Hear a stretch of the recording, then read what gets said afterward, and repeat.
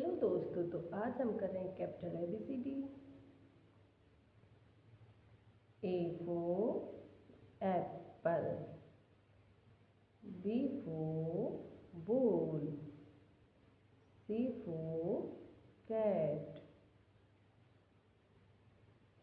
D for dog, E for elephant, F for fish, G for grapes, H for horse, I for ice cream, J for jug, K for kite, L for lion, M for monkey, N for nest, O for orange, P for peacock, Q for queen, R for rose, S for sheep,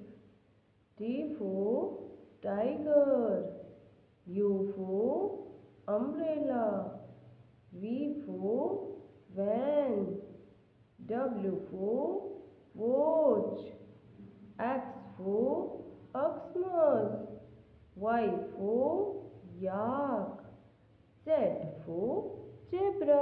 channel को subscribe करना, video को like करना। Thanks for watching.